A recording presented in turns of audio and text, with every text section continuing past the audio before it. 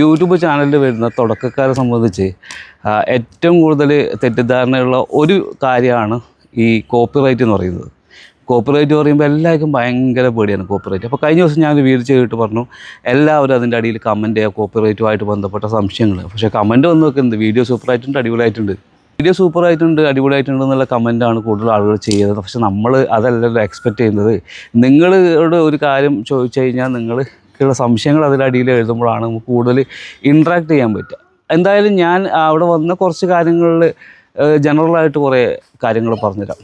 നിങ്ങൾ യൂട്യൂബിലൊരു വീഡിയോ ഇട്ടു, അതിന് കോപ്പിറൈറ്റ് വന്നു, നിങ്ങൾ അപ്പോൾ തന്നെ പോയി ആ വീഡിയോ ഡിലീറ്റ് ചെയ്യേണ്ട ആവശ്യമില്ല. കാരണം അതിനുശേഷം നിങ്ങൾ ചെയ്യേണ്ടത് നിങ്ങൾ വൈറ്റി സ്റ്റുഡിയോയിൽ കയറിയിട്ട് നോക്കുക കോപ്പിറൈറ്റ് എന്താണ് വന്നിട്ടുള്ളതെന്ന് ആദ്യം നോക്കുക. അതായത് കോപ്പിറൈറ്റിൽ പല പല സംഭവങ്ങൾ ഇപ്പോൾ വരുന്നുണ്ട്. അപ്പോൾ അതിൽ ഏതാണ് വന്നിട്ടുള്ളത് നോക്കുക.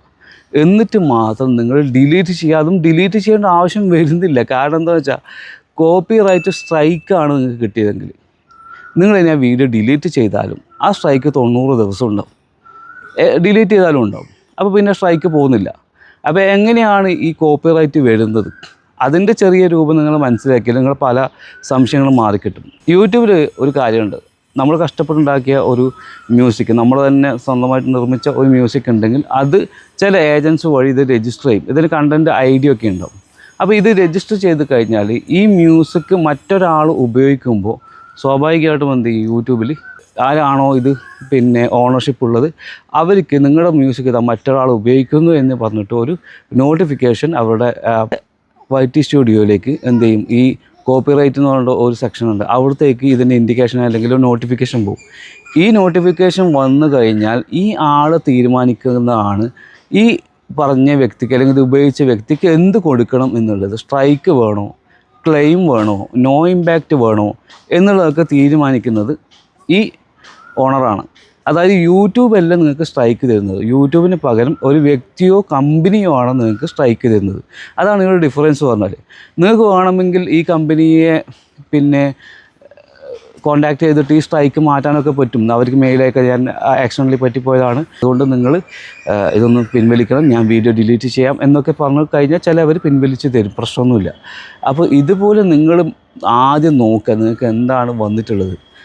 എല്ലാവരും എന്നോട് ചോദിക്കും ഞാൻ ഇന്ന വീഡിയോ ഇട്ടാൽ സ്ട്രൈക്ക് വരുമോ, ഇന്ന വീഡിയോ ഇട്ട് കോപ്പിറൈറ്റ് വരുമോ എന്ന് ചോദിച്ചുകൊണ്ടിരിക്കുന്നുണ്ട്. പലരും ചോദിക്കും. പക്ഷേ നിങ്ങൾ മനസ്സിലാക്കേണ്ടത് വീഡിയോക്ക് പൊതുവേ കോപ്പിറൈറ്റ്സ് വരുന്നത് കുറവാണ്.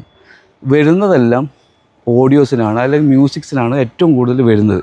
ഇനി വീഡിയോസിന് എന്താ വരിക എന്നുള്ളത് ഞാൻ പറഞ്ഞുതരാം. അതിനു മുമ്പേ മറ്റൊരു പ്രധാനപ്പെട്ട ചോദ്യമാണ് ഫോട്ടോസിന് വരുമോ എന്നുള്ളത്. ഫോട്ടോസിന് വരുമോ എന്നുള്ളത്, ഫോട്ടോ കോപ്പിറൈറ്റ് പ്രൊട്ടക്റ്റഡ് ആണ്. പക്ഷേ ആ കോപ്പിറൈറ്റ് പ്രൊട്ടക്റ്റഡ് റൂൾ എന്ന് പറയുന്നത് അത് സെപ്പറേറ്റ്, യൂട്യൂബിൻ്റെ സെപ്പറേറ്റ് റൂളാണ്, യൂട്യൂബിനെ ബേസ് ആയിട്ടുള്ള റൂളല്ല. അത് യൂട്യൂബ് വരുന്നതിന് മുന്നേയും നമ്മുടെ നാട്ടിൽ അഡ്വർടൈസ്മെൻറ്റ് ഏജൻറ്റ് അല്ലെങ്കിൽ അഡ്വർടൈസിങ് ഫീൽഡിൽ ഉണ്ടായിരിക്കുന്ന ഒരു റൂളാണ്. ഒരാളുടെ നല്ലൊരു ഫോട്ടോഗ്രാഫ്സ് മറ്റേ ഒരു കമ്പനി ഉപയോഗിക്കരുത്, അത് പ്രൊട്ടക്റ്റഡ് ആണ്.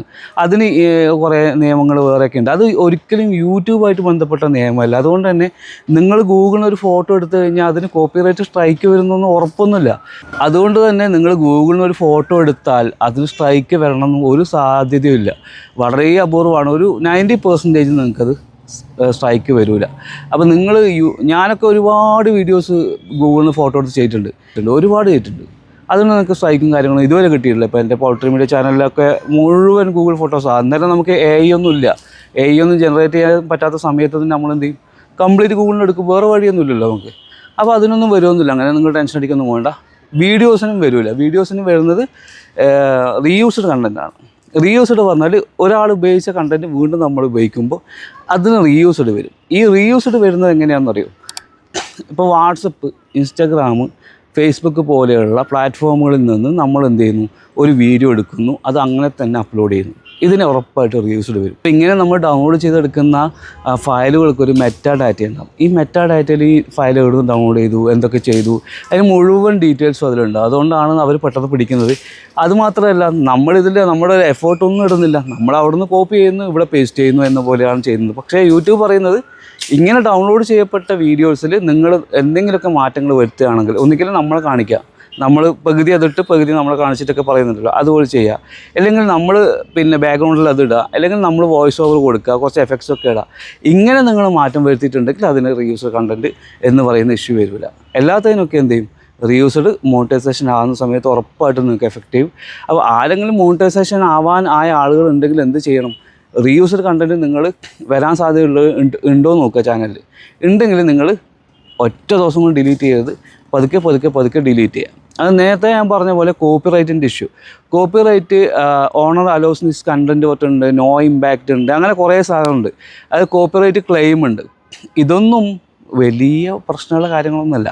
കോപ്പിറൈറ്റ് ക്ലെയിം എന്ന് പറഞ്ഞാൽ ഇപ്പോൾ ഈ നേരത്തെ ഞാൻ പറഞ്ഞില്ലേ, മ്യൂസിക് ഉണ്ടാക്കിയ അയാൾ ക്ലെയിം ചെയ്യും ഇത് എൻ്റെതാണ്. അപ്പോൾ നമ്മൾ യൂട്യൂബിൽ നിന്ന് നിങ്ങൾക്ക് റവന്യൂ വരുമ്പോൾ അതിൻ്റെ ഒരു പെർസെൻറ്റേജ് അയാൾക്ക് കൂടി പോകും, അല്ലെങ്കിൽ ഭൂരിഭാഗവും അയാൾക്ക് പോകും. അത്രേ ഉള്ളൂ, വേറെ പ്രശ്നങ്ങളൊന്നുമില്ല. പക്ഷേ മോണിറ്റൈസ് ആവാത്ത ആളെ സംബന്ധിച്ച് പൈസ വരുന്നില്ല, അതുകൊണ്ട് ഇതിനെക്കൊണ്ട് പ്രത്യേകിച്ച് ബുദ്ധിമുട്ടും വരാനില്ല. ചില കേസിൽ, അപൂർവമായ കേസിൽ ഈ ക്ലെയിം വന്നത് ചിലവർ സ്ട്രൈക്ക് കൊടുക്കാറുണ്ട്. അതും വളരെ അപൂർവം മാത്രം. കാരണം പലരും അത് ക്ലെയിമാക്കി ഇടാനാണ് സാധ്യത. അതെന്തുകൊണ്ട് അവർ ക്ലെയിമാക്കി ഇടുന്നതെന്ന് പറഞ്ഞാൽ, അതിപ്പോൾ മറ്റൊരാളുമായിട്ട് ഇങ്ങനെ സംസാരിച്ച് മനസ്സിലായത്, ഇവർക്ക് ഇതുപോലെ ക്ലെയിം ഇട്ട് കഴിഞ്ഞാൽ, ഇപ്പോൾ ഒരു 10,000 ആൾ അവരുടെ മ്യൂസിക് ഉപയോഗിക്കുകയാണ്, അതിൽ ഒരു 5,000-ഓളം ആൾക്കാർ മോണിറ്റൈസേഷൻ ആയവരാണെന്ന് വിചാരിച്ചു. അവർ ചെയ്യുന്ന വീഡിയോസിൻ്റെ കൂടെ വരുന്ന റവന്യൂസിൻ്റെ ഒരു ഭാഗം ഇവർക്ക് ഉറപ്പായിട്ട് കിട്ടും. അപ്പോൾ ഇവർക്ക് മാസം ഇതിൽ നിന്ന് തന്നെ വലിയൊരു വരുമാനം വരും. അതുകൊണ്ട് അവർ സ്ട്രൈക്ക് കൊടുക്കേണ്ട ആവശ്യമില്ല. അതുകൊണ്ടാണ് അവർ സ്ട്രൈക്ക് കൊടുക്കാതെ പലരും ക്ലെയിം ഇടുന്നത്. അപ്പോൾ ക്ലെയിം നമ്മൾ റിമൂവ് ആക്കണം നിർബന്ധമൊന്നുമില്ല. ഞാൻ പറഞ്ഞു വന്നത് ഇതാണ്, ഒരു ചാനലിൽ കോപ്പിറൈറ്റ് എന്ന് കാണിക്കുമ്പോൾ തന്നെ നിങ്ങൾ പോയിട്ട് വീഡിയോ ഡിലീറ്റ് ചെയ്യരുത്. നിങ്ങൾക്ക് പല ഓപ്ഷൻസ് ഉണ്ട്. ആദ്യം കോപ്പിറൈറ്റിൽ എന്താണെന്ന് നോക്കുക, എന്നിട്ട് നിങ്ങൾക്ക് അത് ഒഴിവാക്കണമെന്നുണ്ടെങ്കിൽ നിങ്ങൾക്ക് ആ മ്യൂസിക് മ്യൂട്ട് ചെയ്യാനുള്ള ഓപ്ഷൻ ഉണ്ട്. അങ്ങനെ മ്യൂട്ട് ചെയ്തുകൊണ്ട് ഫുള്ളായിട്ട് എന്ത് ചെയ്യുക, നിങ്ങൾക്ക് ആ കോപ്പിറൈറ്റ് ക്ലെയിമോ അല്ലെങ്കിൽ വന്നിരിക്കുന്ന നോ ഇമ്പാക്റ്റോ എന്ത് വേണമെങ്കിൽ നിങ്ങൾക്ക് അതൊന്ന് കളയാൻ പറ്റും. സ്ട്രൈക്ക് വന്നു കഴിഞ്ഞാൽ നമുക്കത് പോകില്ലാന്ന് മാത്രം. ഇനി ഇതിലൊന്നും പെടാത്ത മറ്റൊന്നാണ് കമ്മ്യൂണിറ്റി ഗൈഡ് ലൈൻ സ്ട്രൈക്ക്. അതാണ് കഴിഞ്ഞ ദിവസം എനിക്ക് കിട്ടിയത്. Community guide line strike YouTube തരുന്നതാണ്. അത് നമ്മുടെ, ഞാൻ അന്ന് പറഞ്ഞ പോലെ കമ്മ്യൂണിറ്റിയായിട്ട് ബന്ധപ്പെട്ടിട്ട് ബ്ലഡ് കാണിക്കുക, അല്ലെങ്കിൽ നമ്മളത് കുട്ടികളെ മാത്രം വെച്ച് ലൈവ് ചെയ്യുക, ഇങ്ങനെ കമ്മ്യൂണിറ്റിക്ക് എന്തെങ്കിലും ബാധിക്കുന്ന തരത്തിലുള്ള കുറേ റൂൾസ് അവർ വെച്ചിട്ടുണ്ട്. അതിനെതിരെ നമ്മൾ പ്രവർത്തിക്കുമ്പോഴാണ് കമ്മ്യൂണിറ്റി ഗൈഡ് ലൈൻ സ്ട്രൈക്ക് വന്നത്. എനിക്ക് വന്നത്, ഞാനൊരു ആപ്പിൽ നിന്ന് യൂട്യൂബ് വീഡിയോ ഡൗൺലോഡ് ചെയ്യുന്നത് കാണിച്ചൊരു ക്ലാസ് എടുക്കുമ്പോൾ അതിൽ നിന്നാണ് എനിക്ക് വന്നത്. കാരണം അത് അവരുടെ പോളിസി പ്രകാരം തെറ്റാണ്. അവരുടെ വീഡിയോ ഡൗൺലോഡ് ചെയ്യുന്നത് മറ്റൊരു തേർഡ് പാർട്ടി ആപ്പ് വെച്ചിട്ട് കാണിക്കരുത് എന്നാണ് അവരുടെ റൂള്. ഞാൻ ശ്രദ്ധിക്കാതെ, അതായത് ഈ ക്ലാസ് എടുക്കുന്ന ഇടയിൽ ശ്രദ്ധിക്കാതെ പറ്റിപ്പോയി. അപ്പോൾ പണിയും കിട്ടി, സ്ട്രൈക്ക് വന്നു. പക്ഷേ ഒറ്റ സ്ട്രൈക്കേ വന്നിട്ടുള്ളൂ. അതിനെക്കൊണ്ട് ഞാൻ പറഞ്ഞില്ല, എനിക്ക് അതിനെക്കൊണ്ട് വലിയ ടെൻഷനും പേടിയൊന്നുമില്ല. കാരണം 3 സ്ട്രൈക്ക് വന്നാലാണ് നമ്മുടെ ചാനൽ എഫക്റ്റ് ചെയ്യുക. 2 സ്ട്രൈക്ക് വന്നാൽ ചെറിയൊരു എന്താ പറയുക, കുറച്ച് കാലത്തേക്കൊന്ന് ചാനൽ ഫ്രീസ് ആവും, പിന്നെ ശരിയാവും. 3 വന്നാൽ നമ്മുടെ ചാനൽ ടെർമിനേറ്റ് ആവും. അപ്പോൾ നിങ്ങൾ ഇതിലൊന്നും പേടിക്കണ്ട. പിന്നെ അവസാനമായിട്ട് 1-2 ആൾക്കാർ ചോദിച്ച ചോദ്യം കൂടി ഉൾപ്പെടുത്താം. അതായത് ഈ ഫിലിം ക്ലിപ്പ് അങ്ങനെയുള്ളതൊക്കെ എങ്ങനെയാണ് എടുക്കുക. അപ്പോൾ 10 സെക്കൻഡിൽ താഴെയുള്ള ക്ലിപ്പുകൾ നമുക്ക് എടുത്തിട്ട് ആഡ് ചെയ്യാം, അത് പ്രശ്നമൊന്നുമില്ല. അതിനും വലിയ രീതിയിലുള്ള റീൽസ് കണ്ടൻറ്റോ അല്ലെങ്കിൽ മറ്റു സ്ട്രൈക്കുകളൊന്നും വരുന്നത് വളരെ അപൂർവമാണ്. ഓക്കെ, അപ്പം ഇത്രയും കാര്യങ്ങളാണ് കോപ്പിറൈറ്റുമായിട്ട് ബന്ധപ്പെട്ട് പറയാനുള്ളത്. നിങ്ങൾക്ക് എന്തെങ്കിലും ഇനിയും അഡീഷണൽ അറിയാനുണ്ടെങ്കിൽ കമൻറ്റ് ബോക്സിൽ എഴുതുക, അറിയിക്കുക.